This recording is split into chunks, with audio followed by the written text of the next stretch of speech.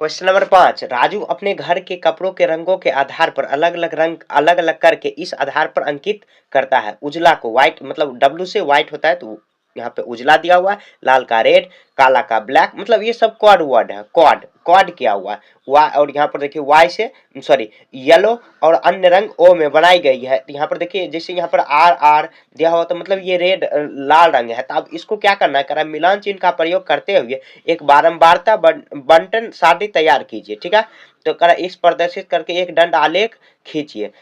प्रदर्शित करने के बाद एक दंड आलेख भी खींचना है। तो यहाँ जैसे हम लोग क्वेश्चन नंबर यहाँ पर जो 2 में किए थे, मतलब जो 2 में किया हुआ वैसे पहले खींचना है, उसके बाद दंड आलेख भी खींचना है। पहले देखिए यहाँ पर हम लोग पहले एक सारणी बना लेंगे, मतलब एक ही चीज में 2 यहाँ पर फिट किया हुआ है।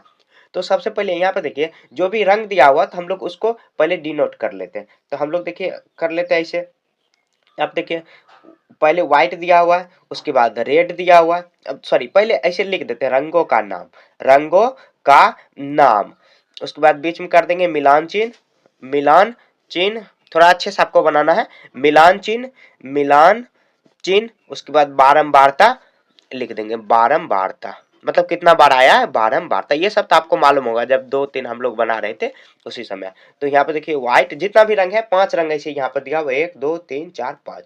तो व्हाइट हुआ, उसके बाद रेड मतलब लाल, आपको भी ऐसे ये कोड वर्ड में ही लिखना, बी फॉर ब्लैक काला, उसके बाद ब्लैक हुआ येलो, उसके बाद अदर रंग मतलब दूसरा कोई अन्य रंग है तो उसको इस तरह लिखा गया।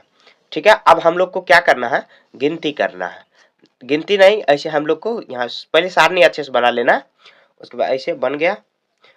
उसके बाद अब देखिए क्या करेंगे, अब देखेंगे डब्लू वाला मतलब व्हाइट वाला कितना है, तो हम लोग गिनती करेंगे। तो यहाँ देखिए 1 2 3 4 5 6 7 8।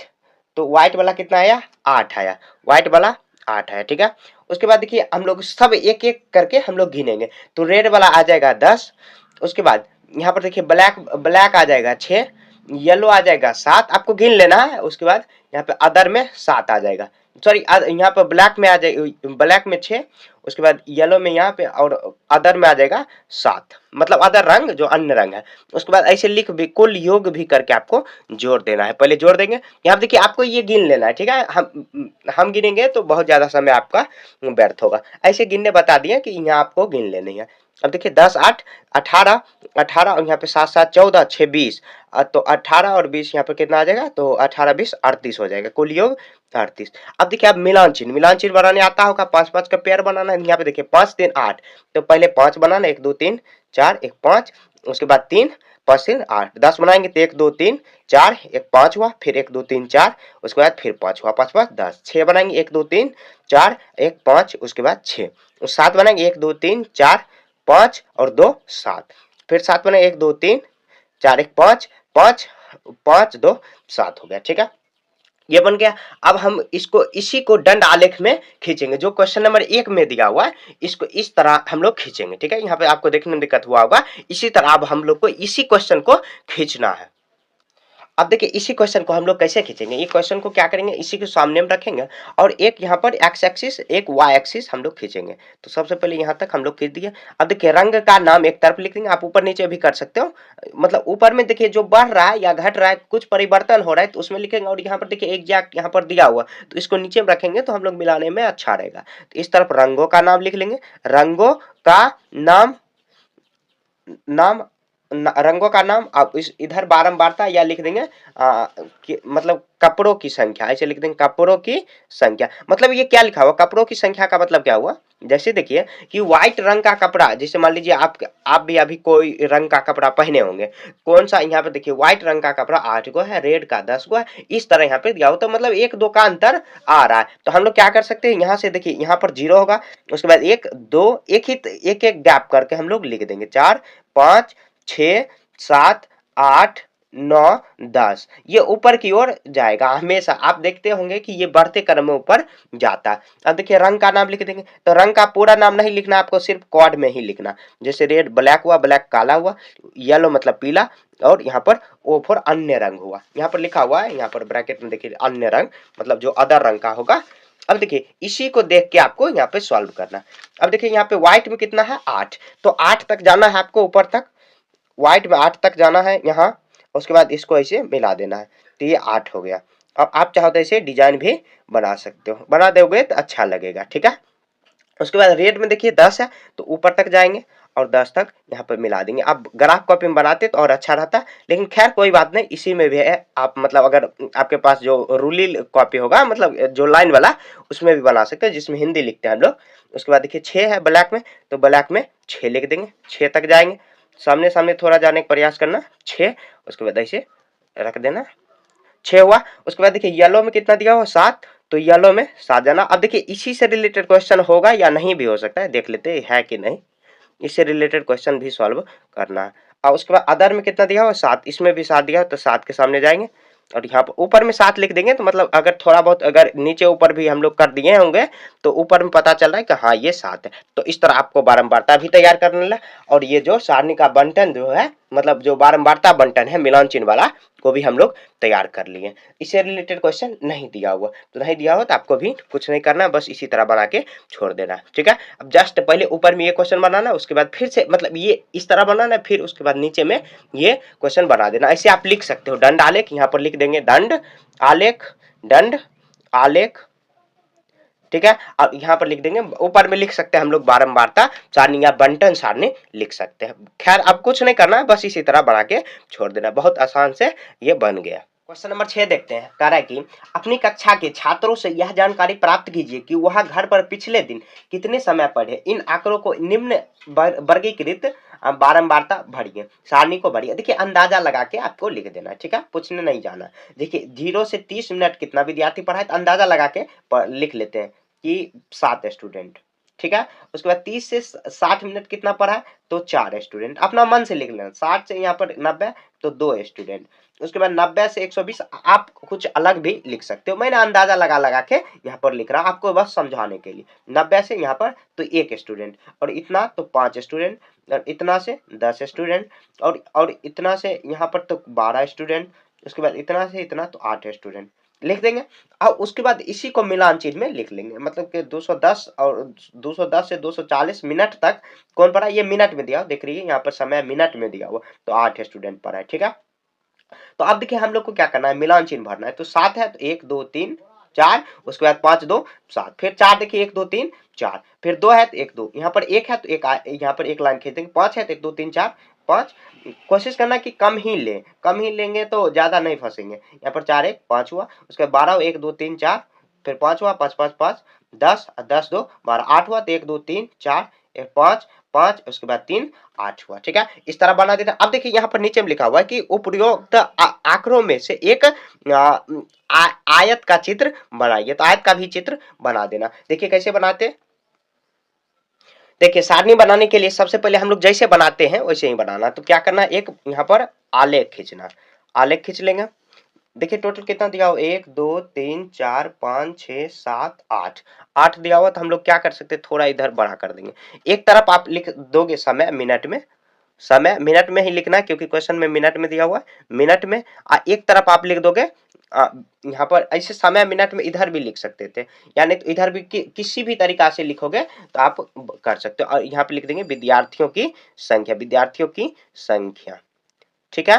तो हम लोग विद्यार्थी की संख्या यहाँ पे देखिए हम गौर कर सकते हैं कि 1 से लेके 12 यहाँ तक दिया हो, तो हम लोग क्या कर सकते हैं, 15 तक लिख देते हैं, 15 तक लिख देते हैं। तो यहाँ पे 0 से स्टार्ट होगा, 1 2 3 4 5 6 7 8 9 10 11 12 13 14 15। थोड़ा आपको बड़ा बड़ा लिखना है, यहाँ पर जगह का अभाव है इसलिए मैंने छोटा छोटा लिया। अब देखिए यहाँ पर 8 दिया हुआ, 8 लाइन थोड़ा छोटा छोटा खींचना, 1 2 3 4 5 6 7 और 8 आया। तो कितना है 0 से 30, तो ऐसे 0 से 30 भर लेंगे। उसके बाद कितना है 30 से 60, 30 से 60, 60 से 90, 60 से 90, 60 से 90 लिख लेंगे। उसके बाद दिया हुआ 60 से 90, उसके बाद 90 से 120, 90 से 120 हुआ, फिर 120 से 150, 120 से 150 लिख लेंगे, फिर 150 से 180, 180 थोड़ा अच्छे से आपको लिखना है, 150 से 180, फिर 180 से 200, 10 दिया हुआ है 210 लिख लेंगे, फिर 210 से 240, 210 से 240 दिया हुआ 240 लिख लेंगे। अब देखिए हम लोग यहाँ पर जो सारणी बनाए इसी के अनुसार आपको बनाना, ये नहीं कि आप सेम टू सेम लिख दो, आप अपने मन से बनाने का प्रयास, बस आपको सीखने के लिए यहाँ पर ये वीडियो को आपको देखना और ऐसे बनाना है आपको खुद। देखिए 0 से 30 कितना है, 7 स्टूडेंट, तो 7 स्टूडेंट तक जाएंगे, 7 विद्यार्थी के ऊपर में विद्यार्थी है और 7 यहाँ पर लिख देंगे, ठीक है। और ऐसे लाइन ऐसे खींच देंगे तो अच्छा लगेगा देखने में। उसके बाद 0 से 60 कितना, 4 दिया हुआ, तो 4 तक जाएंगे और यहाँ तक आपको खींच देना है। 0 से यहाँ पर कितना, सॉरी 4 4 4 7 नहीं 4 यहाँ पर हो जाएगा। उसके बाद 60 से 90 कितना दिया हुआ है 2, तो 2 तक जाएंगे और ऐसे इसको खींच देंगे और ये एरो ऐसे लाइन खींच देंगे तो अच्छा लगेगा। उसके बाद देखिए कितना दिया हुआ 90 दिया हुआ, तो 90 से 120 कितना दिया हो, एक पर जाएंगे छोटका और यहाँ पर 1 तक लिख लेंगे। उसके बाद देखिए 120 से कितना दिया हो, 120 से 150 तक कितना दिया है 5 स्टूडेंट, तो 5 पर जाएंगे और यहाँ पर आपको ये लिख देना, तो यहाँ पर 5 लिख देंगे और ऐसे एरो लगा देंगे। उसके बाद देखिए 150 से 180 है 10 स्टूडेंट, तो 10 पर जाएंगे, यहाँ पर आपको लाइन नहीं खींचना, बस समझाने के लिए मैंने ऐसे खींचा। उसके बाद क्या करना है, ऐसे लगा देना है और 10 ऊपर में लिख देना। उसके बाद देखिए 180 से 210 दिया हो, 180 से 210 दिया हो 12 स्टूडेंट, तो 12 स्टूडेंट ले जाना है। देखिए ये अगर ग्राफ पर बनाते तो और अच्छा लगता है देखने में, लेकिन ग्राफ नहीं है तो कोई बात नहीं, इसी पर आप बना दो, गलती कोई नहीं करेंगे, ठीक है। इस तरह हो गया। ग्राफ रहता है डायरेक्ट यहाँ पर लाइन खींचा रहता है, ग्राफ कॉपी आप मार्केट से मंगा सकते हो, ऐसे जहाँ मतलब क्या जहाँ किताब कॉपी का दुकान होगा उस पर जाके आपको खरीद सकते हो। 210 से कितना है 240, तो 8 तक जाएंगे, तो 8 तक जाएंगे यहाँ पर।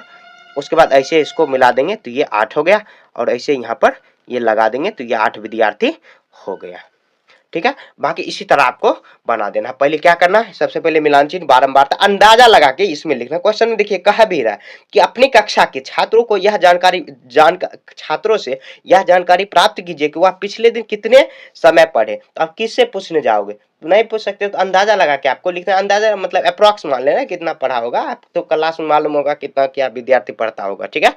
इस तरह अंदाजा लगा के लिख देना और इस तरह बारंबारता जो मतलब आयत का जो चित्र होता है इस तरह बना लेना, जो ऊपर मतलब आयत का ही शेप में देखिए है, तो इसी शेप में आपको बना लेना इस तरह, ठीक है। तो इस तरह आपको सॉल्व करना।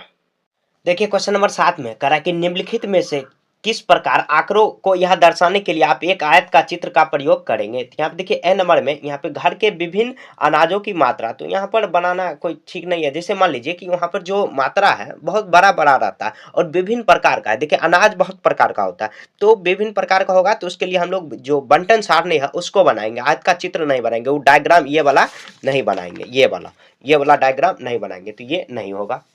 उसके बाद यहाँ पे किसी विद्यालय में मतलब क्या सभी किसी विद्यालय में सभी विद्यार्थी, देखिए विद्यालय में कक्षा अलग अलग होता है। जैसे मान लीजिए आपके स्कूल में 1 से 8 तक 1 से 10 तक होगा, तो अलग अलग विद्यार्थी की ऊंचाई होगा, तो ये हो सकता है, तो ये बना सकते हैं। मतलब ऊंचाई ज़्यादा नहीं हो सकता है, बहुत ज़्यादा होगा 150 सेंटीमीटर, मतलब बहुत यहाँ पर 150 सेंटीमीटर, उसके बाद ज़्यादा अंतर का नहीं होगा, इसीलिए हम लोग कर देंगे।